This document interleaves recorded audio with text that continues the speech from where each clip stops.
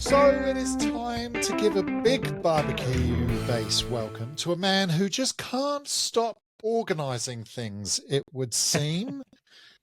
He's behind the famous New Plymouth competition, King of the Mountain. He organises everything for Smoking Comrades Catering. He's even run an amateur competition now in its second year in New Plymouth Taranaki and has single-handedly, I think, brought barbecue to that region. So welcome to Barbecue Base, Craig Leathley. How are you, mate? Yeah, living the dream down this way, guys. Living the dream. Welcome, mate. Welcome. Excellent. Thanks for Always having good me. to catch up. No Mate, worries. we're thrilled to have you. It's been very overdue getting you on, and I think you've got quite an interesting. You've kind of done everything right. How did you? How do we get to this point where you're focusing on what you're focusing on, and how did that barbecue journey start with you? Well, barbecue journey started the first meat stock it was. We jumped in the car, did a roadie up to Auckland and walked around, saw all these teams, saw what was on offer and stuff. And at the time, my wife was like, oh, you really need to do something other than just working all the time. And I'm like, all right, cool. I'm going to start barbecuing. Yeah, so we came back from meat stock in an absolute meat coma. And I was going up to my cousin's place to drop off some rubbish, and I said to him, by any chance, do you have like a round cylinder? I want to make a smoker because I really want to get into barbecuing, but I don't want to spend money. And he's like, just wait there. Off he trots, jumps in the tractor. 2 seconds later, he comes back on the forks of the tractor. Would this here work? And I'm like, perfect, put it on the trailer, and my wife is just shaking her head. And that's where barbecue started for me. So, yeah, we made our first ever smoker, and yeah, and then we thought we'd jump on the barbecue scene. Yeah, our first one was Hamilton. Yeah, Barbecue Mania. Was that No, it wasn't the Barbecue Mania. It was the one at the car club in the middle of a grass field car club. Yep. Yeah. Mm-hmm. So it was the second ever Hamilton comp. Yeah, I think it was called Barbecue Mania at the time. It was Barbecue Mania 2, that one. All right. I was at that one. That was the first Hamilton one I did. Was that the second Hamilton one? Yeah. I can't remember if we were there at the showgrounds. The first one was at that indoor venue. Oh, then I wasn't at that one. I was at the car That was club the one where as Matt well. nearly died. Yeah. Yeah. And that was the one that Caleb won, didn't he? He won that. He did. He won smashed that one. it. Yeah. So he won that one. Yeah. And everyone choked on the fumes. Yeah, that's the one. So tell us a little bit about that first pit. Like, what was the size of the cylinder, and how did that end up? And do you still have it? Still have it to today, and funny enough, I actually brought it out for a job 2 weeks ago because I was like, saw it just sitting there, thought I needed some tender loving care, and I only had a small job on, so I lit the fire, and it still runs perfectly. Ran at 300 all day, cooked the brisket, everything else on it, absolutely amazing. So we pretty much welded it. I looked at it, and I drew some sketches, and I gave it to a mate who's a welder. And it was an old petrol cylinder, and we got the firebox out of the scrap metal. That was an old pot belly. We welded a frame onto it, and we put some grates in. And yeah, we tested it. It was a reverse flow barbecue, and I honestly didn't think it would do as much cooking as it has. And it's still with me, however long it is now, 7 years I think it is.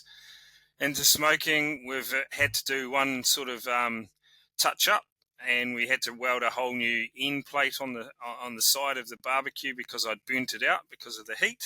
But touch wood, it's still going to today. As I said 2 weeks ago, I still cooked it.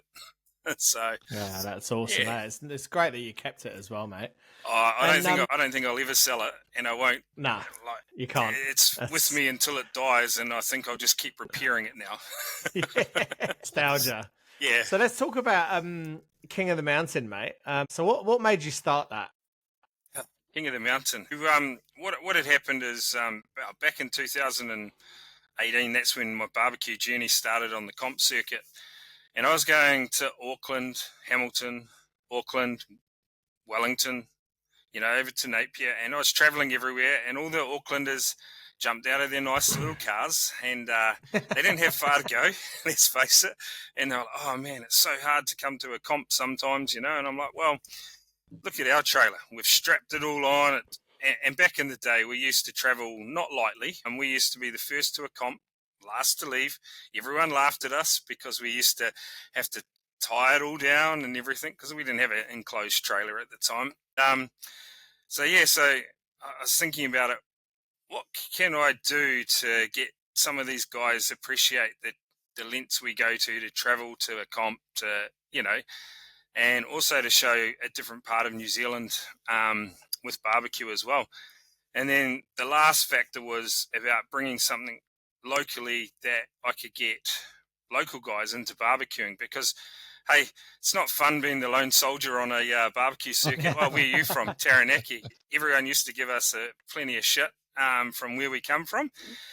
So it's always good if you have a few other people involved. And so that's where King of the Mountain started. And I wanted to, bring people to New Plymouth, show off New Plymouth, but also grow barbecue in New Plymouth as well. And so that's where we started our first King of the Mountain 5 years ago. Yeah, and it's I've been to, I think this year will be my fourth, I believe. Yep, as one year.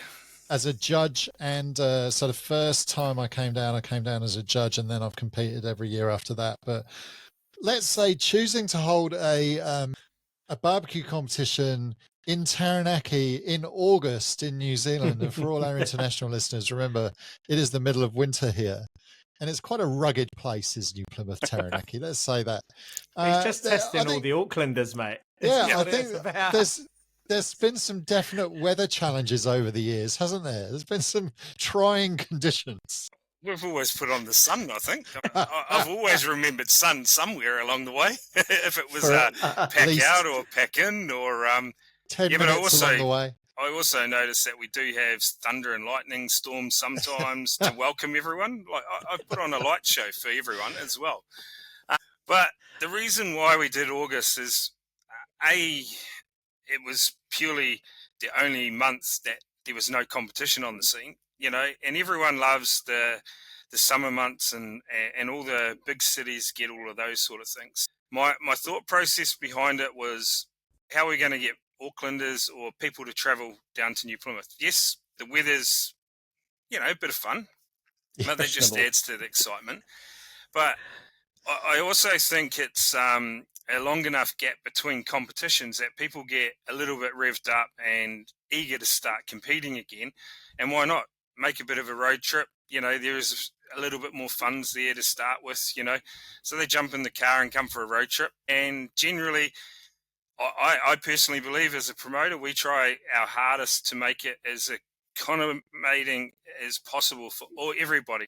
We put on the wash station, we put on power that you guys get to your sites. We tried to make it as stress-free for every single competitor to come here and enjoy themselves. And that's one thing I learned from early on competing, turning up to a competition and going, there's no hot water here, or sorry, there's no power, so best of luck, just grab it off your team or something like that. And we're all learned to work together and pull together.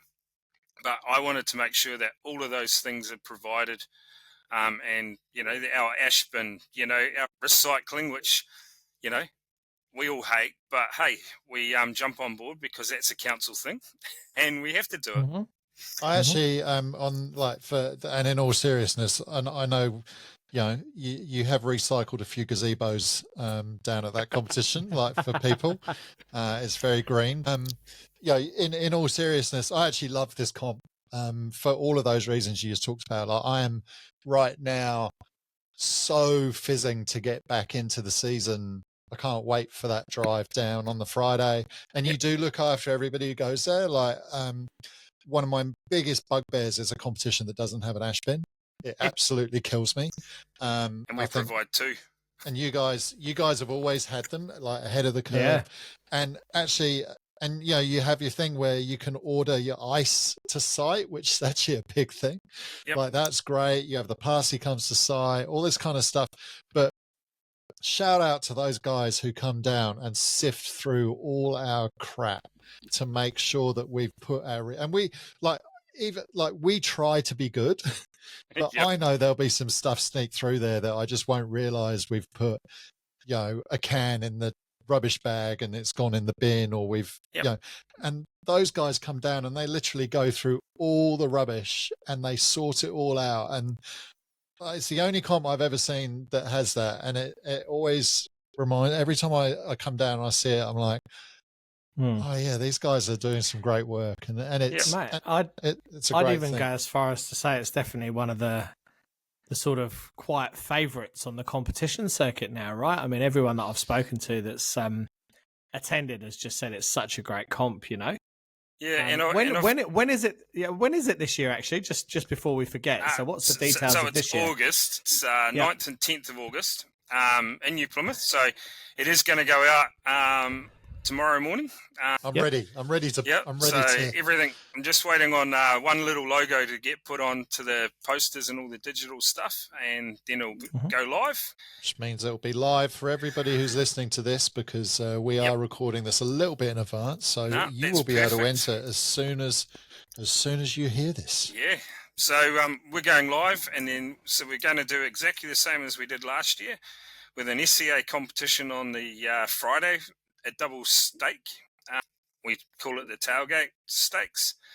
And then on the Saturday morning, this year we're introducing a kids competition at 9 a.m. in the morning, and they're going to be making a burger.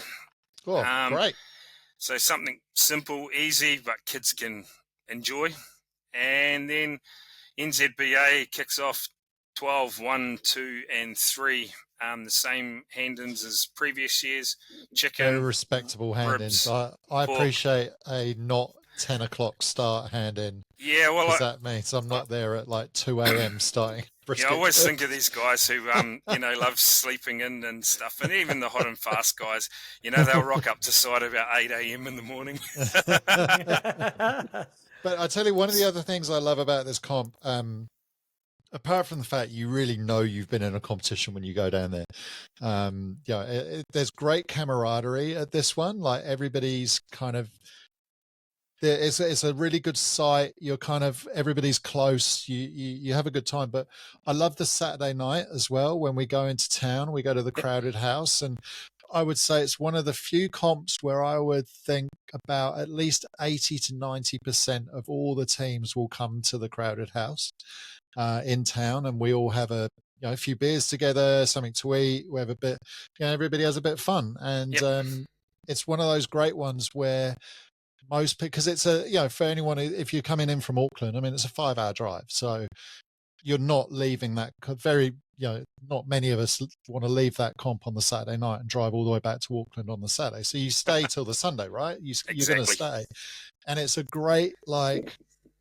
camaraderie comp. I think it's one of those really good ones like that. I always really enjoy it, so I'm pumped. I'm looking forward to it. I can't wait. And that's the reason why I do it, is trying to bring, my philosophy in barbecue is bringing people together, regardless of what walk of life you come from, what money you've got behind you, or anything like that.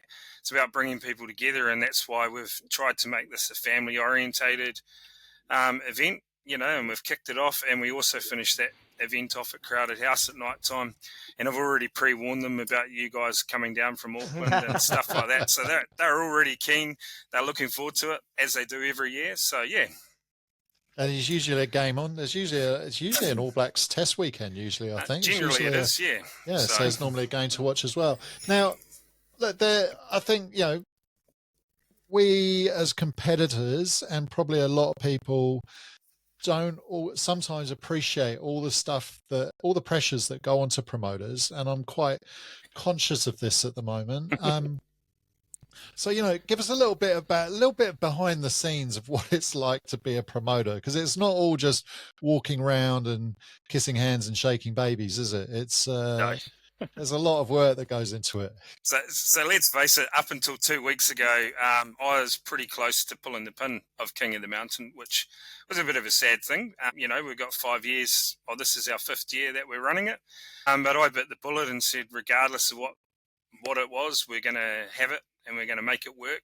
And so we're making it work behind the scenes. And the biggest challenges is like the infrastructure behind it. So when you hire a council, piece of land, there's certain things you have to meet, like there's fees that you have to pay. There's, our recycling, we've got to go through all of those processes. So there's a lot of paperwork that you have to tick and keep them happy with presenting. There's costs involved as well. And that's where we come out and we go out and see sponsors and etc. You know how the economy is at the moment. A lot of businesses are strapped and stuff. So you have to think outside the square how to get people involved. Go back to your previous ones, like we've seen some ones pull out that have been with us for years. Some people have pulled back completely. And some people have, come out of the blue that have never sponsored us before, have turned us down previously, and they've come out and jumped on board. And it's all to do with, I believe, is about relationships and getting people involved and talking to them and how we do it. So I think from a competitor's point of view, you have to go out and really support promoters out there, because it is tough. Yes, we do have some New Zealand national sponsors on the circuit, but that money goes to the national body and, the big competitions, I guess, because they don't come down and filter down into the smaller comps in the regions because they don't believe they will get their return for their money, etc. And I'd argue that, every single day, that where growth is of barbecue is actually the regions, and then they will actually bring people together then to support those bigger comps, in Auckland, in Hamilton, because Hamilton and Auckland have always had barbecue for, 8-9 years now. So it's not something fresh. Whereas I still believe, even 5 years into the comp circuit that I'm doing at the moment with King of the Mountain, I believe I'm only just scratching the surface of Taranaki. Like last year, we had 8 local teams in the group. Out of the last amateur comp that I just had, we had 9 entries into the amateur comp, and 7 of them were local, brand new people, locals who had never given comp barbecue a go. Hopefully out of that, we might be able to get 3 or 4 more people involved as well. So, yeah. Yeah, I mean, that's something I wanted to touch on, actually, because, you have run that amateur competition now 2 years, I think. Is that the second year? Yeah, this is our second year that we've done it. Which I think is brilliant because, one of the big things that a lot of us are conscious of, not only is it tough for promoters, it can be tough for teams as well, especially when Especially everybody... finances. Yeah, I mean, financing a season when you don't have a lot, and even when you do have sponsors, it's still, it's easier, but you still got your travel, accommodation, all that kind of stuff. And a lot of us, I would love to get to every single competition in the year, but it's just not possible. And there's a little bit of guilt about that flows around. But so anything that can be done that brings new teams in, I think is awesome. So I applaud what you've done with that amateur comp. And just tell us a little bit about that and how it went this year, because I think it was pretty cool and pretty interesting of what went on there. Yes, so why I do the amateur comp, we do it 8 weeks before King of the Mountain, and I did it last year and it worked well.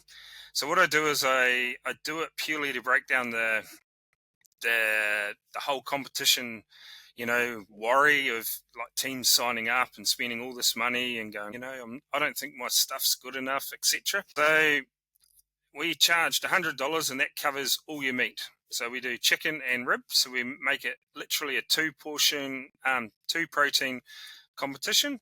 And those 2 proteins, like, let's face it, we can knock them out less than 4 hours. So it keeps it short, compact, and it keeps the engagement of these people. And also what we do is we go through, and I have some of the local teams, but this year we had a couple of teams that come from out of town as well to come down and support it as well, and just go around and show them how they're trimming their meat, what about injecting, how they rub their stuff, their fire management, when something's cooked, when it isn't cooked, like there's so many different variables in barbecue. And then how you plate it up to give it into the judges. And then, so we get them to plate it up like a proper NZBA in a parsley box, 9x9 parsley box. And everyone goes, why do we have to put parsley in it? Well, we all know. So we get that, and then I take it into the judging room. And so I have a mixture of judges. So I have some competitors on the circuit. I have a number of judges who judge at King of the Mountain, and then also some other people to make up numbers. But one of my key things about the judging form, they judge it as normally, but they also have to give a written feedback on why they judged it, those numbers. So was it too smoky? Was it, so tight that, you couldn't get a nice clean bite through? The flavor profile was wrong, Why did you actually give them that number? And all of that feedback gets then given back to the teams. And I always send it back to the teams so they can go away at the end of a competition with 2 proteins and work out, wow, okay, I got marked a 8, but this is the reason why I got marked an 8. Because I tell you now, the first couple of comps that I ever went to, I had to drive all the way back from Hamilton or Auckland, always going, why did I get those numbers? And you would be asking yourself the whole way home, and it's not a short drive. So true, so true. And I did hear they were bringing the feedback back into NZBA, but we heard that there for a while, but I don't know if they've brought that in yet, have they? So the feedback in NZBA, and I can stand corrected, but I think it's only if you get lower than a 7. Okay. So anything lower than a 7, then you will get the feedback. But if it's above 7 or above, then you will get no feedback. I can't remember if it's 7 or below a 7. And I think, to be fair to the guys who took over the NZBA this year, they also made a conscious decision on the early comps to not have to worry about that right from the get-go, because they were actually just going, look, we just want to, make sure these comps go properly. It's the first few they were doing, so they got that running. And I think the plan is to bring the feedback in either later this year maybe King of the Mountain. Maybe. I think it's a news. great. I mean, I would hope I'd never see any feedback, but if I did need to see feedback, I'd want to know, because I've done exactly the same as you. You've driven back from somewhere just going, I've no idea what it was that drove that score, and it'd be a great thing to understand. Like I think it's really important for those newbie guys as well who are just jumping on the NZBA circuit or SCA circuit and stuff like that, because they invest a lot of money and all they look at is how much money it's cost them, and then they think they can cook perfectly at home and all their mates love it and all of that. They forget that probably their mates are 10 deep drinking beer or anything like that and stuff. And competition barbecue is totally different to cooking in your backyard. And so that's where, getting that feedback, it's trying to keep them engaged and keeping them happy. Because I know after King of the Mountain last year, some of my newbies were like, I got these bad scores. Like, why? What did I do wrong? So it's trying to educate them afterwards, and I helped them afterwards, pulled them apart, and it's like, have you tried this? Or have you tried this? Or these are the reasons why, So it's all about education and trying to help them along to keep growing barbecue, because the newbies have to come in because the old ones sort of die off a little bit because they think, we've had enough of the circuit, or vice versa. So. Yeah. I've actually been chatting to some of the guys who did the amateur comp. Randomly got chatting to one of them in particular, and certainly encouraging them to make sure they get entered for King of the Mountain, and said to him if he can't, because I think there's some teammates and all that kind of stuff. I said, if you can't, then come and hang out with us for the weekend, just so hopefully even you can kind of get the spirit of it and learn a little bit from us. Whether you actually want to learn anything from us is debatable, but learn a little bit from us so that I don't know if you can use that joke anymore, Alex. You're doing far too well to use that joke now, mate. He pays the judges, that's why. Yeah. And it's tough times. We've all said that, right? So it's tough Yep, times. exactly. But, making sure that then, whether we can plant the seed, get a little bit more of a bug for it in certain people, and then they can, whether they then are able to go to Napier or come up to Hamilton for Mania and then be King of the Mountain next year. Yep. Now, I tell you, the most important question I want to know about this year's King of the Mountain is, will the mares be cooking steaks against each other again? Because that's awesome. If anybody hasn't been there, Craig normally gets the 2 mayors of the district. So I normally do this for years. So I've actually decided against it this year. Because what we're doing instead... I'm not going. I'm not doing it. No, because instead of doing the steak cook-off, because the mares, like last year they did the barbecue and they did a burger last year and they enjoyed it and stuff. And, most of our mares have been around for so long. So there's sort of like, even though there's that rivalry, it's sort of, I believe after 4 years, our new Plymouth mare hasn't won yet, so it's pointless to keep on trying to bring that up.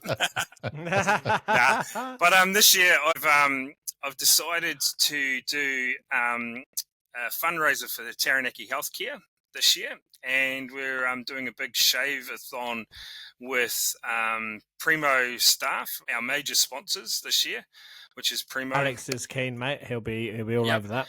And so we're doing a big a shave off at the lunchtime spot when we get people down there looking around and stuff like that.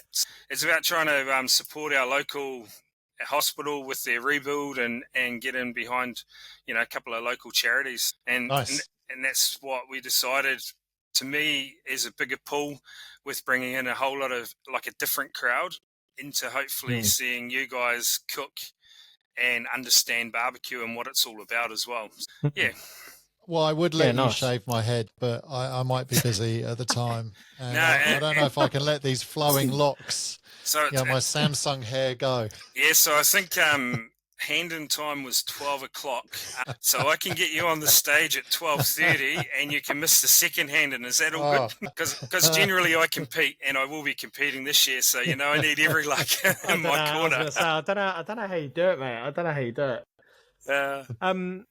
So, mate, let's just have a quick chat. So, I mean, it's really interesting because barbecue's been around quite a bit in New Zealand now, and I think there are some regional differences in terms of flavour profile and stuff like that. So, how would you sum up barbecue in Taranaki? Is there anything you guys are doing differently to the rest of us? I mean, obviously, in Auckland we garnish with like sesame seeds and curly spring onions and shit. But we garnish with we garnish with just parsley on the bottom. That's how we roll here. No, look, I think we're very, very similar to probably Wellington and more of a flavour profile than Auckland. Probably a bit sweeter, not overly smoked. Like, people like smoky food, but not overly smoked things. And that's what I've seen in my catering side as well. Yeah. But yeah, just something nice, not nice flavours, but flavours to pop is what our local area, probably more of a foodie sort of town than just a backyard sort of, basic sort of flavour. Well, like the catering thing's really interesting because you obviously are a big barbecue caterer in that region, and you have you're almost like a semi-permanent pop-up now, haven't you, at the corner there? Yeah, so we've got a permanent site now, so that's open 3 days a week out at the corner, and I've tied up with a craft brewer and a theoretical brewer. Yeah, so Thursdays, Fridays, and Sundays we're open there.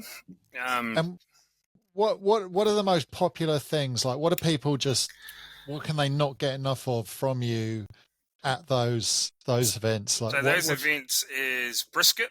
Brisket flies out the door. We just end up cooking more and more briskets. And I think it's also because people can't do it well at home as well. They try, but they want to see what it's actually like cooked. I wouldn't say properly, because there's a lot of people that can cook brisket a lot better than I can. But like the flavour and how juicy it can be, because we used to, let's face it, used to mince it all up and turn it into stews and stuff. I think that there's one of our big popular ones. Our pies are massive as well with the tradies because they want something quick and easy. But we do a brisket pies and pork belly pies and stuff like that. And probably our next biggest seller, I would have to say, is pork belly. Not sure why, but just people love soft Everyone pork loves belly. pork belly, mate. Yeah. Because it's delicious. Yeah. It is. Like, it really is. so whenever I throw in pork belly burnt ends on the menu, which we've done, I tried to do it once every 3 weeks, but in the last couple of weeks, we've actually been doing it weekly, and we're selling out every single time. Yeah, everyone loves pork belly burnt ends for just that gooiness, but the soft texture, and then finish it off with crackle. So what more could you ask for? Do you know what I think you should do, having just heard what some of those most popular items are? I think make a quick amendment to your entry form for King of the Mountain so that we can pre-order hot pies delivered to us on the Saturday. I reckon you'll make a killing in hot pies from us. From It's because you haven't actually seen the form yet, but it will be on there. I tell you what, there's going to be 3 ordered from me. Because when we did the amateur comp, we did pies first thing in the morning, and that's all the guys wanted, just something nice and warm. Yeah, we did pies and smashies first thing in the morning, and they loved it. So I'm there for it. I'm pre-ordering when I fill in my form tomorrow. I'll be pre-ordering. So catering and competing, are you, Craig? Yes, surely catering and competing. Yeah, nice. We do it every year. But the reason why I do the catering side, and a lot of people don't see this, the reasoning behind it, is I cater because 100% of that money that I make in the catering side and 100% I make on the bar, because I run the bar as well, literally goes in to help fund this running of the King of the Mountain, because we don't cover costs. So all of that money, 100% goes straight back into it. So I don't see a cent of it. It's like helping to run the event. Yeah, so that's why I love competitors and stuff coming out and supporting us, support the bar, and support the food side, because that money helps us put on the show that we do in the event. Nice. So, mate, a real interesting one that I think people are going to want to know. You get into barbecue, you cook a couple of briskets, you cook a couple of racks of ribs, and you're like, right, I can do this at scale. So for someone thinking about going there, we've all done it, right? I mean, I started doing it, and it was like, actually, this is a bit bigger than I thought, but I persisted because I really enjoyed it. But what are the things that they don't know? If you're looking, if you got the barbecue bug and you're like, right, I want to do this at scale and I want to do it properly, what are the things that you should know? What you should do, don't do it. Nah, I personally believe if you're going to do catering, you need to be in it for the long haul, because it's not something you're going to make money overnight, and you're not going to get rich over, doing it either. So you have to have a passion. And the passion sometimes could wear off if you don't really do it properly. The other things about shortcuts, try to stay true to what you do. I still cook briskets properly from start to finish. Everything's fresh in the container and stuff like that. And I do that for a reason, because I know the quality at the end of it. People pick up a piece of brisket and they enjoy it and they know that it's fresh. So I guess when you go into it, you have to spend time, work out that it's not going to be a 2-hour cook to produce some amazing barbecue food at the end of it for a catering job that then you're going to make some good money off. You have to allow time to prep, allow time for it to cook.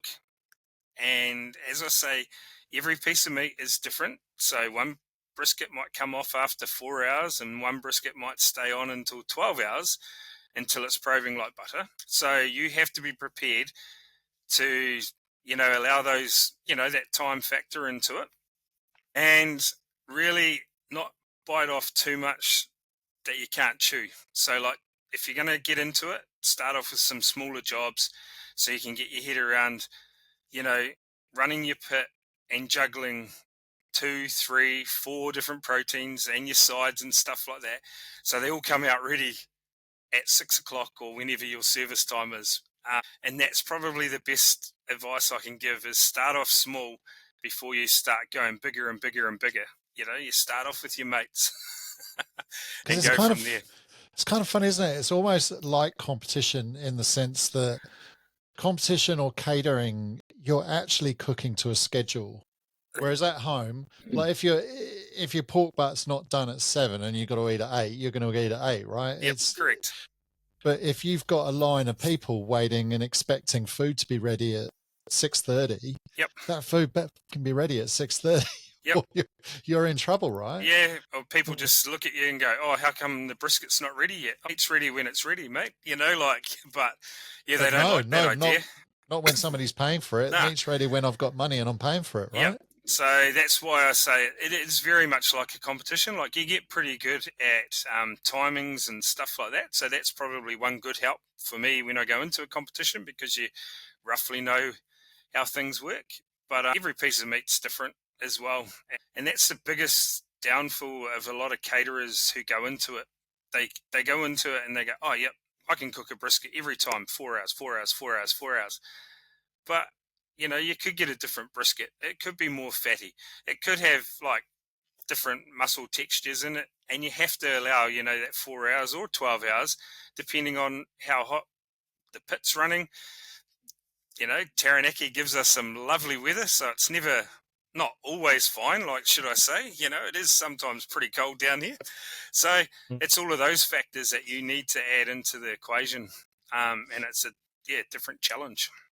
What does a week in Craig's life look like when you're catering? Like, because I think a lot of people think, "Oh, I can just do it all on a day, right? I just turn up." Yep. But I'm sure that is absolutely complete fallacy. So what does a week look like for you? Like, when are you doing stuff? Like, what do you have to do? All that kind of stuff. Yeah, so with me opening the container, we kick off, like, I'll take it for this week. So I've got an event on tomorrow for lunchtime, so we'll kick the smokers off at 2 a.m. tomorrow morning, and we'll be into it with brisket and pork shoulders and stuff like that for tomorrow's event. And then Thursday, we've got the corner open plus an event for Independence Day. So that there will be another 3 a.m. start kickoff, so we can have food on the table ready for 11 o'clock service at lunchtime. And I won't finish until probably about 9 o'clock on Thursday night. And then Friday is our big day normally. So again, we kick off at 3 a.m. in the morning and smoke and probably rock up home at about 10 o'clock again. So they're not small days, and you're prepping your stuff throughout the day. You're putting it on the smoker. You know, you're moving things around all the time. Like, every barbecue has a hot spot and a cold spot, and different meats like different parts as well. So you're moving stuff around the whole time. So, and then after all of that, you've still got to do all your admin, all your paperwork, all your finance stuff. You've got to order.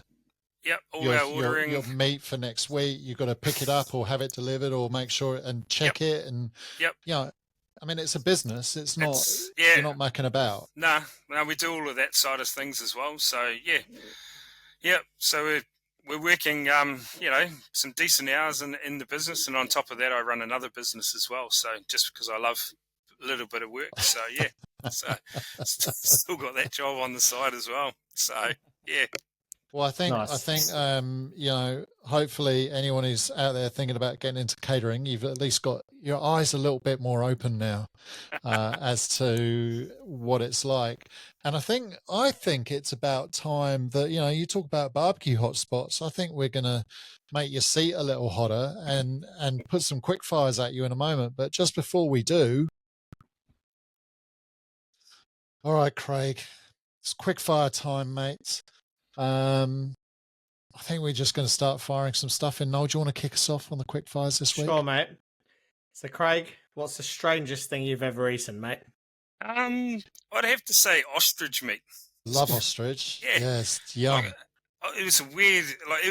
We're talking like 10, 15 years ago, and got presented some ostrich when I was doing chef training and stuff like that. And but I was pleasantly surprised it was actually really, really nice. Yeah. So ostrich makes beautiful stir fry. Love stir fried ostrich. Yeah. So good. So good. Yep. Also makes good carpaccio too. Oh, yeah. And it's very good for you. It's very lean. Oh, that's why I'm so healthy. Yeah, exactly. That one dose means you're healthy for the rest of your life. All right. What was the best birthday or Christmas present you got as a kid? Oh, mate, a set of wooden spoons. And so I got wooden spoons because I was wanting to cook. That's what I'd said. But when my family told me the real reason why they gave me wooden spoons, it was because I was a shit stirrer. So they gave me, But I got a nice set of wooden spoons, and that there's probably been something that's highlighted in my life from early on in the day when I was a young kid. And that's probably when we started off our, the cooking food side of things as well. So, yeah. I love it. I love it. Yeah, You were nice. destined for this life. I was destined, and then Mum whacked it on the table one day, and it smashed in half because she got grumpy. So, yeah. But that was all fun and games. And mate, what was your most useless barbecue, purchase? What's the thing you bought and you were like, shit, I know, I wish I never bought that. Mate, it's one of those oversized flippers. It was, It was massive. My wife, she it's said, like a pizza slice kind of thing, like a big she peel. goes, oh, this is good for your burgers, and you could turn over your brisket or your ribs and stuff like that. And I'm like, yep. And then I tried it one day, and your meat disappears all over the place, and beans, and it's like, yep. And probably the other one that I went out and brought, and I thought was going to be an amazing thing as well, was that condiment caddies, along the side, and and they're little tiny things, and you think, oh yeah, you're going to have the tomatoes, and you're going to have all of this, and it's going to be. It doesn't hold very much, so you can only make one burger at a time, and that's it. So it's really a waste of time. It was just such a gimmick. Yeah. It's amazing how you go, I must be so organized and have all these things to help me be organized, and then you're like, no, this does not work at all. It could be good in your comp trailer there, Alex. Again, I thought, I'll have to have a shelf with all this stuff on it and all this kind of thing, and then went, no, because I know exactly how I work, which is not having everything on the shelf. I kind of bring what I need out, and then I put it away again. Yep. So, no, it wouldn't work for me. All right. I almost want a reflex here, Craig, just an instinctive answer. What's your guilty pleasure? Guilty pleasure is actually, dare I say it, giant wine gums. So there you go. I love a wine gum. So do I, but they have to be the giant ones, because they're so nice to sit there and chew on, and like when you're frustrated or whatever, you just you pick me up, you just grab a wine gum. It's great. So I'm guessing that's probably my real guilty pleasure. That Nice. My daughter now knows to leave my wine gums alone. Learned the hard way. Yeah. Mate, what keeps you sane? You're a busy guy, and what do you do to sort of let off steam and stay sane? So what actually keeps me sane, and anybody who knows me knows this, is sitting in front of the barbecue. And it's not a cliche, but sitting in front of the barbecue, stoking the fire, just makes me so relaxed. And that there was evident really early on, and I still love it to today, going on and cooking and stuff like that, cooking for people or just cooking for the family. I just love it. And that there's what keeps me sane every single day. I sit in front of the barbecue and I'm happy as. Take me away from the barbecue, and that's probably when you get a grumpy Craig. Yeah, 100% agree with you, mate. Sitting in front of the offset firebox is just a wonderful thing. I did the classic thing when I started. I got my first barbecue. It was a pit barrel, which I still have, and I have another one now. And then the next one I got was an offset, and at the time it was the wrong barbecue for me at that point in time, because I didn't buy a proper one. I got not a super cheap one, but I got one that probably, with an offset, you've got to put a reasonable amount of money in and a reasonable size to get a good experience. And, it was one of those ones that needed something like literally every 15 minutes, it needed another stick or something and blah, blah. So I sold it. But now I think I'm ready for a big offset. And that's what I would want to do too, is just, sit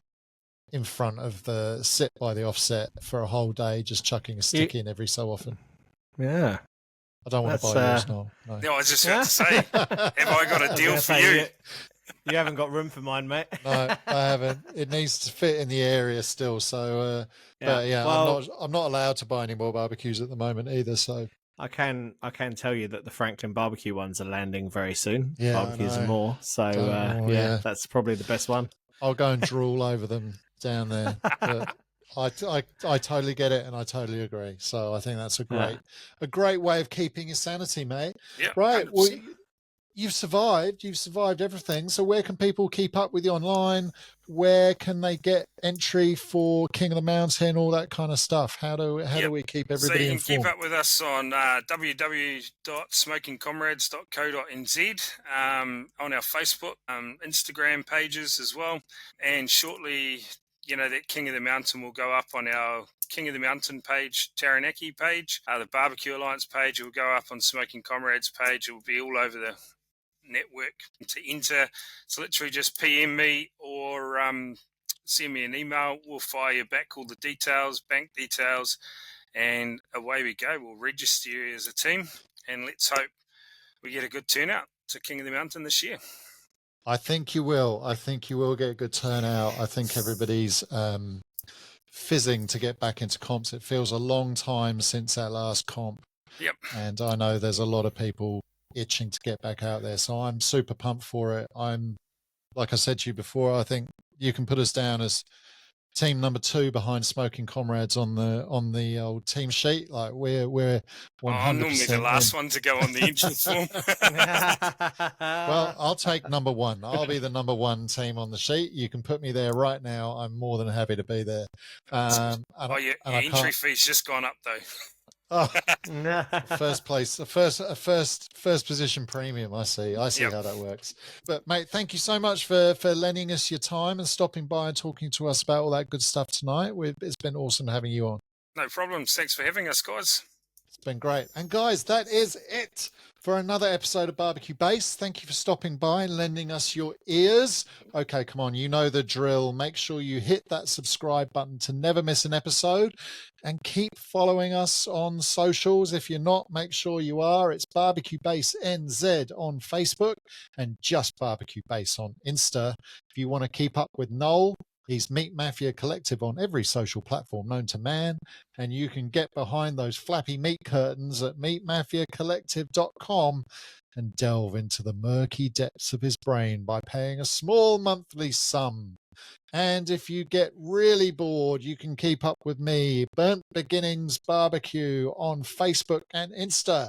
So come on back next time when we'll have more great barbecue chat, tips, tricks, and guests on Barbecue Base.